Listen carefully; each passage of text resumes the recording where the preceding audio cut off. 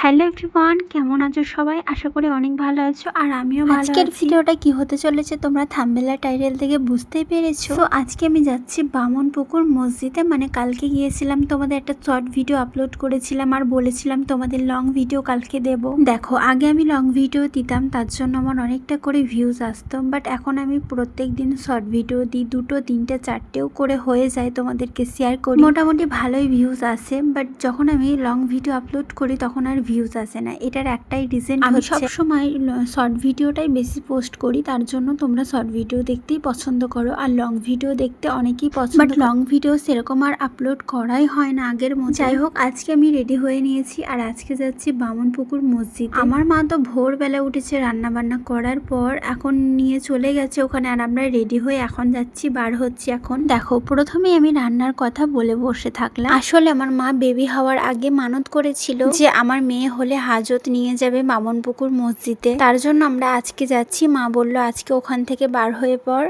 তার জন্য আমরা বার হয়ে পড়েছি। তোমাদের দাদা ভাইও নামাজ পড়তে গেছে, আমি রেডি হয়ে গেছি, মেয়েকেও রেডি করিয়ে দিয়েছি, আমার শাশুড়ি মাও কিন্তু রেডি হয়ে গেছে। আমরা এবার বার হচ্ছি আর আমাদের বাড়ি থেকে প্রায় 5 মিনিট মতো লাগবে, তার জন্য আমরা তাড়াতাড়ি বার হইনি। তোমাদের দাদাভাই বলল যে তুমি আর আমি বার হয়ে পড়ো, আমি নামাজ পড়ে এসে আমি বার হয়ে পড়ব। তার জন্য আমরা দুজন না, আমরা 3জন চলে যাচ্ছি এখন টোটো ধরে চলে যাব। মা আমাকে কল করেছিল, মা বললো আমরা চলে এসেছি, তোরা চলে আয়। এর আগেও কিন্তু আমি একবার গিয়েছিলাম বামনপুকুর মসজিদে। কেন গিয়েছিলাম, আমার আম্মুটারও কিন্তু মানত করা ছিল, আমার মাই করেছিল যে এইভাবে বামনপুকুর মসজিদে গিয়ে আমরা হাজত ভাত নিয়ে যাব, ওখানে রান্না বান্না করে সবাইকে খাওয়াবে, তার জন্য আমার আম্মুটাকে নিয়ে গিয়েছিলাম। আম্মু বলতে আমার মেজদার মেয়ে, ও গিয়েছিল, এত ছোট ছিল যখন, তখন মা নিয়ে গিয়েছিল। এখন আমি আমার মেয়েকে নিয়ে যাচ্ছি। এই টোটোতে উঠলাম আর আমরা দেখো চলে এসেছি বামনপুকুর মসজিদে। এসে দেখলাম সবাই বসেই আছে, তখন খাওয়া দাওয়া করছিল, তখন ছেলেরা মসজিদে নামাজ পড়ছিল আর মেয়েরা এখানে দাঁড়িয়েছিল। আর এই যে নামাজ পড়া হয়ে গেলে মা বললো যে মাওলানার কাছ থেকে মেয়েকে মিষ্টি খাইয়ে আনতে, তার জন্য মা বালতি থেকে মিষ্টি তুলে দিচ্ছিল কয়েকটা আমার মেয়েকে খাওয়ানোর জন্য। দেখো সবাই বসেই আছে।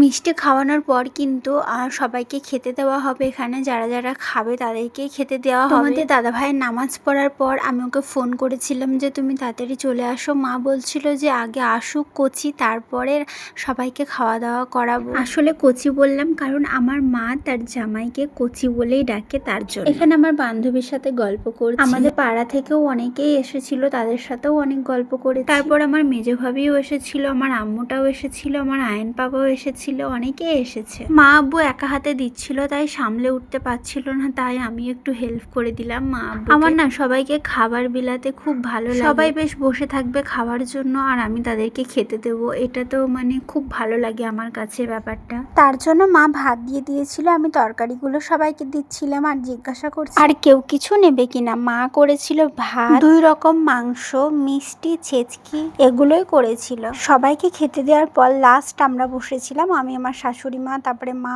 আব্বু, আরও অনেকজন ছিল যারা বড় বড়, তারা বসেছিল খেতে। অনেক পুরনো ভিডিও একটা আপলোড করা আছে আমার ইউটিউব চ্যানেল, যারা দেখোনি দেখে আসতে পারো, মুস্কান 99 আমার ইউটিউব চ্যানেলের নাম। তো ওখানে আমার আম্মুর হাজত এরকম ভাবে দেওয়া হয়েছিল, সেটাও আপলোড করা আছে। তারপর আমরাও খেতে বসে পড়লাম, সবাই একসাথে খেয়ে নিলাম। তারপর সবাই বাড়ি যাবে, তার জন্য একটা গাড়ি করেছিল মা, ওই গাড়িতে সবাই চলে গেল আর আমরাও বাইকে যাব। আমার শাশুড়ি মাও চলে গেল, মানে ওই গাড়িতেই চলে গেল। আমি, আমার মেয়ে আর তোমাদের দাদা ভাই আমরা বাইকে চলে যাচ্ছি। সবাই টাটা করে দিল, তোমরাও টাটা করে দাও আর ভিডিওটা ভালো লাগলে অবশ্যই একটা লাইক করে দিও।